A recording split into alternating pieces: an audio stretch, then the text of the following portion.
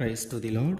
ఈరోజు దేవుడు మనకిచ్చినటువంటి వాగ్దానం ఏంటంటే నెహెమ్యా గ్రంథము 8వ అధ్యాయము 10వ వచనం. యెహోవా యందు ఆనందించుట వలన మీరు బలమొందుదురు. ఆమేన్. మనము ఎప్పుడు బలహీనంగా ఉంటామంటే మన జీవితంలో సంతోషము అనేది లేనప్పుడు. మన జీవితంలో సంతోషము లేదు అంటే మనం బలహీనంగా మారిపోతూ ఉంటాం.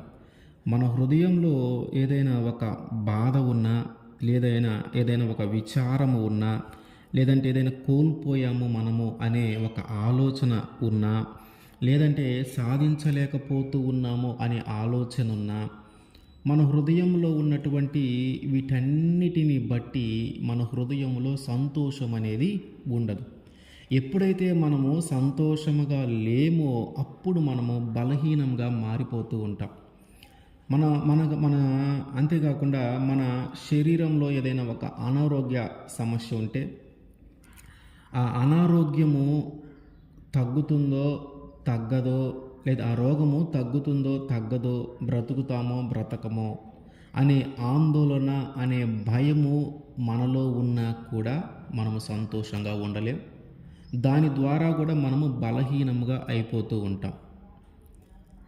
మనము గమనిస్తే మనము సంతోషంగా ఉన్నప్పుడు కఠినమైన పని అయినను సరే మనము సులువుగా చేయగలుగుతూ ఉంటాం. అట్లా కాకుండా మనము సంతోషంగా లేనప్పుడు చిన్న పనిని కూడా మనము చేయటానికి ఇబ్బంది పడుతూ ఉంటాం. ఇంకా అయిపోలేదు, ఇంకా ఎంతసేపు చేయాలి ఈ పని అంటే అంత బలహీనంగా మనము ఉంటూ ఉంటాం. మన హృదయంలో సంతోషము లేకుండా బాధ, కన్నీరు, ఆలోచనలు ఉన్నాయంటే దాని ద్వారా ఎదుటి వాళ్ళకి కూడా మనము చాలా తేలికగా అయిపోతూ ఉంటాం. అయితే దేవుడు ఏమంటూ ఉన్నాడంటే, నీవు తిరిగి బలము పొందాలి అంటే నీవు సంతోషముగా ఉండాలి.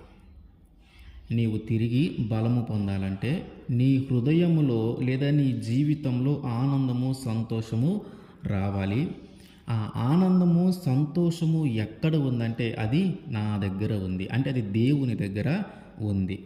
దేవుని దగ్గర నువ్వు ఉండి ఆయన యందు నువ్వు ఎప్పుడైతే ఆనందించటం నేర్చుకుంటావో, దేవుని యొద్ద నువ్వు ఉండి ఆయన యందు ఎప్పుడైతే నువ్వు ఆనందించటము నేర్చుకుంటావో అప్పుడు నీవు బలము పొందుకుంటావు.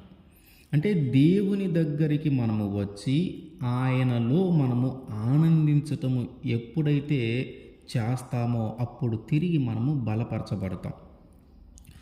మనము ఎప్పుడు మన జీవితంలో మనం సంతోషంగా ఉంటాం? మన హృదయంలో ఉన్న బాధ, వేదన అంతా పోవాల, లేదంటే మన శరీరంలో ఉన్నటువంటి ఆ రోగము, ఆ వ్యాధి ఏదైతే ఉందో అది పోవాలి. అప్పుడు మనము సంతోషంగా ఉంటాం. కీర్తన గ్రంథము 30వ కీర్తన 11వ వచనం. నా ప్రాణము మౌనముగా నుండక నిన్ను కీర్తించున్నట్లు నా అంగలార్పును నీవు నాట్యముగా మార్చి ఉన్నావు. ఏమంటూ ఉన్నాడు? దావీదు గారు రాసిన కీర్తన ఇది. ఏమంటూ ఉన్నాడంటే, నా ప్రాణము మౌనముగా ఉండక నిన్ను కీర్తించున్నట్లు. అంటే మనం మౌనముగా ఉండని పరిస్థితి ఎప్పుడంటే మనం బాగా సంతోషంగా ఉన్నప్పుడు. కీర్తించటం అంటే పాటలు పాడటం, స్తుతించటము, దేవుని ఆరాధించటం ఎప్పుడు జరుగుతుందంటే మనం బాగా సంతోషము కలిగినప్పుడు. ఈ ఆనందము, ఈ సంతోషము దావీదు గారికి ఎవరి వలన కలిగినాయి అంటే యేసుక్రీస్తు వారి వలన, దేవుని వలన ఆయనకి కలిగినాయి అంట. అంటే ఆయన ఎలా సంతోషము కలిగింది, ఎందుకు అంత ఆనందపడుతూ ఉన్నాడు అంటే 30వ కీర్తనలోనే 1, 2, 3 చూస్తే మనం, యెహోవా నా శత్రువులను నా విషయమై సంతోషింపనీయక నీవు నన్ను ఉద్ధరించి ఉన్నావు, అందుకై నేను నిన్ను కొనియాడుచున్నాను. యెహోవా నా దేవా, నేను నీకు మొర్రపెట్టగా నీవు నన్ను స్వస్థపరచితివి. యెహోవా పాతాళములో నుండి నా ప్రాణమును లేవదీసితివి, నేను గూతిలోనికి దిగకుండా నీవు నన్ను బ్రతికించితివి. ఎందుకు ఈయన యొక్క బాధ, దుఃఖము లేకుండా ఆయన యొక్క అంగలార్పు అనేది నాట్యముగా ఎందుకు మార్చబడిందంటే శత్రువుల నుంచి ఆయన్ని కాపాడాడంట. ఆయన మొరపెడితే విని ఆయనకి వ్యాధి ఉంటే, అనారోగ్యం ఉంటే దాన్ని స్వస్థపరిచాడంట. గోతిలో పడకుండా ఆయన కాపాడాడంట. అంటే మన జీవితంలో మనకి కావాల్సిన, మనకి ఎప్పుడు సంతోషం కలుగుతుంది, మనకి కూడా మన హృదయం ఎప్పుడు సంతోషం కలుగుతుందంటే మనకున్నటువంటి సమస్యల నుంచి మనం విడిపించబడినప్పుడు, మనకున్నటువంటి వ్యాధి నుంచి మనం విడిపించబడినప్పుడు, మనకున్నటువంటి ఆ మానసిక విచారము నుంచి విడిపించబడినప్పుడు మనము కూడా సంతోషంగా ఉంటాం. అంటే మన యొక్క దుఃఖము, మన యొక్క ఏడుపు ఎప్పుడు సంతోషంగా మార్చబడుతుంది అంటే ఎవరి వలన మార్చబడుతుంది అంటే దేవుని వలన మార్చబడుతుంది. మనము దేవుని దగ్గర ఉంటే, ఆయన యందు ఆనందించటం ప్రారంభిస్తే, ఆయన దగ్గర మనం ఉండటము ప్రారంభిస్తే ఆయన మన యొక్క అంగలార్పును నాట్యముగా మారుస్తాడు. అంటే మన సంతోషం ఎక్కడ దొరుకుతుంది? దేవుని యొద్ద దొరుకుతుంది. ఇప్పుడు మన హృదయంలో వేదన లేదు, మన హృదయంలో బాధ లేదు. దేవుడు మనకి ఆనందమును, సంతోషమును కలుగజేశాడు. ఇప్పుడు కలుగజేయటాన్ని బట్టి ఇంతకు ముందున్న బలహీనతలాగా మనం ఉంటామంటే ఖచ్చితంగా ఉండం. ఎందుకంటే మన హృదయంలో ఎప్పుడైతే సంతోషం కలుగుతుందో అప్పుడు మనం బలముగా ఉంటాం. ఎవరి మీద మనం ఆధారపడం. ఒకరికి మనము సహాయం చేసే స్థితిలోనే ఉంటాం, కానీ మనం ఒక బలహీనమైన స్థితిలోకి మనము వెళ్ళము. అట్లాగే మన శరీరంలో ఉన్నటువంటి, అంటే దేవుడు స్వస్థతనిచ్చి ఆయన మొరపెడితే స్వస్థతనిచ్చాడంట. అంటే తనకి ఏదో ఒక బలహీనత ఉంది, ఆ బలహీనతను కూడా ఆయన స్వస్థపరిచాడు. అంటే మన శరీరంలో ఉన్నటువంటి వ్యాధిని కూడా దేవుడు స్వస్థపరిచినప్పుడు మనం తిరిగి బలము పొందుకుంటాం. ఎందుకంటే మనం సంతోషంగా ఉంటాం, ఆనందంగా ఉంటాం. ఈ ఆనందము, సంతోషము మనల్ని బలముగా ఉంచుతుంది. మనం ఇందాక మాట్లాడుకున్నట్టు మన సంతోషంగా ఉంటే ఎంత పనైనా మనము చేయగలుగుతాం. అదే మనం సంతోషంగా లేవంటే బలహీనమైన స్థితిలోకి వెళ్ళిపోతాం. కొంచెం సేపు కూడా మనం ఒక పని చేసుకోలేం. అంటే ఇప్పుడు ఎలా సంతోషము కలిగిందంటే శత్రువుల నుంచి విడిపించటాన్ని బట్టి, ఆ పరిస్థితుల నుంచి కాపాడటాన్ని బట్టి, ఆ వ్యాధుల నుంచి స్వస్థతనివ్వటాన్ని బట్టి, ఆ హృదయంలో ఉన్న బాధనంతా తీసివేసి ఆనందము, సంతోషమును ఇచ్చాడు దేవుడు ఆయన దగ్గరికి వచ్చిన వారికి. అట్లాగే ఆయన యందు ఆనందించటం ఎప్పుడైతే మనం మొదలుపెట్టామో, ఆయన దగ్గర ఉండటం ఎప్పుడైతే మనం మొదలుపెట్టామో అప్పుడు ఆయన మనకి సంతోషాన్ని ఇస్తాడు. ఆ సంతోషమును బట్టి మనము బలముగా మార్చబడతాం. అట్లాగే ఇర్మియా గ్రంథము 15వ అధ్యాయము 16వ వచనం.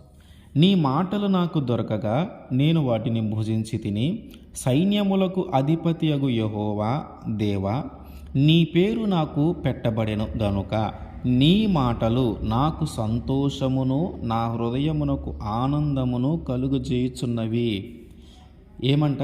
దేవుని మాటలు ఆయన యొక్క హృదయానికి సంతోషమును కలుగజేస్తూ ఉన్నాయి, ఆనందమును కలుగజేస్తూ ఉన్నాయి. అంతే కదా?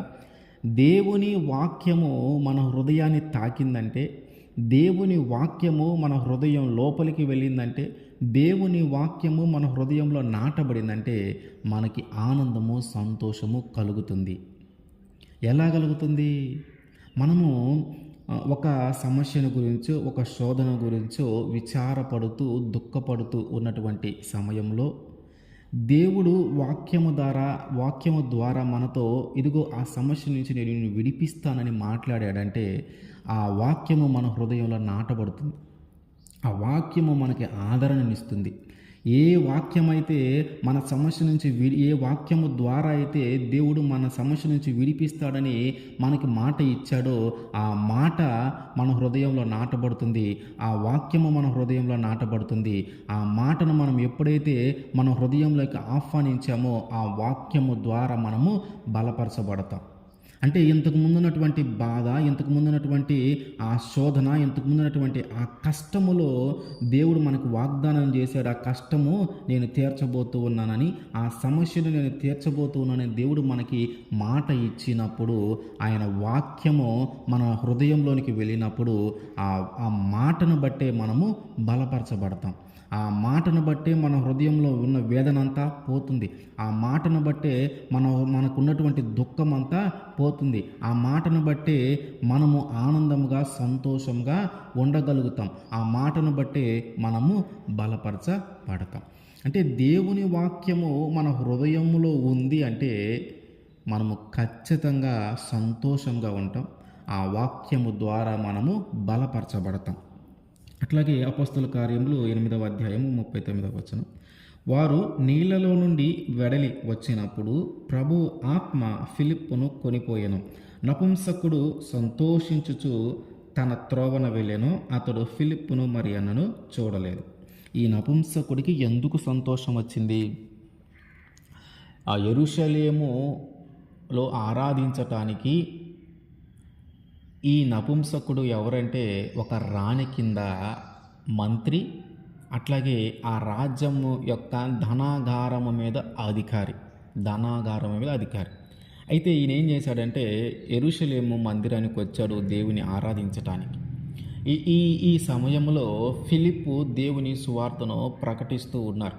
అయితే దేవుని ఆత్మ ఫిలిప్పు దగ్గరకు వచ్చి ఈ నపుంసకుడు ఏం చేశాడంటే మందిరానికి వెళ్ళి దేవుని ఆరాధించి తిరిగి తన రాజ్యము అంటే ఆ రాణి దగ్గరికి వెళ్ళటానికి ప్రారంభమయ్యాడు. దేవుని ఆత్మ ఫిలిప్ దగ్గరకు వచ్చి ఇదిగో ఆ రథము అంటే ఆ నపుంసకుడు రథం మీద మంత్రి కదా, అధికారి కదా, ఆ రథం మీద వెళ్తూ ఉన్నప్పుడు ఆ రథము దగ్గరికి వెళ్ళు అని ఫిలిప్కి దేవుని ఆత్మ చెప్తుంది. ఫిలిప్పు ఆ రథము దగ్గరికి వెళ్ళి ఉన్నప్పుడు ఆ నపుంసకుడు ఏం చేస్తూ ఉన్నాడంటే ఒక గ్రంథం చదువుతూ ఉన్నాడు, ఒక పుస్తకం చదువుతూ ఉన్నాడు. అది ఏంటంటే యెషయా గ్రంథం. ఇది గమనించినటువంటి ఫిలిప్పు ఆయన అడుగుతూ ఉన్నాడు, నువ్వు చదువుతూ ఉన్నది నీకు అర్థమవుతుందా? నువ్వేం చదువుతున్నావో అది నీకు తెలుస్తుందా?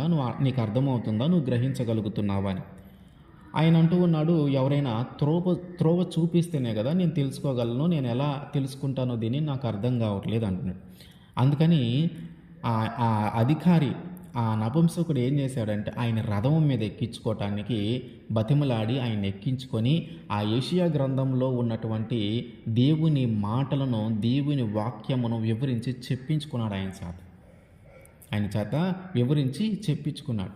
ఎప్పుడైతే దేవుని వాక్యము ఆయన ఫిలిప్పు ఆయనకి వివరించి సువార్తను ప్రకటిస్తూ ఉన్నాడో, ఆ ప్రకటిస్తూ ఉన్న సమయంలో కొంచెం దూరం వెళ్ళినాక అక్కడ ఒక పక్కన రోడ్డు పక్కన ఆ నీళ్లు కనిపించాయి.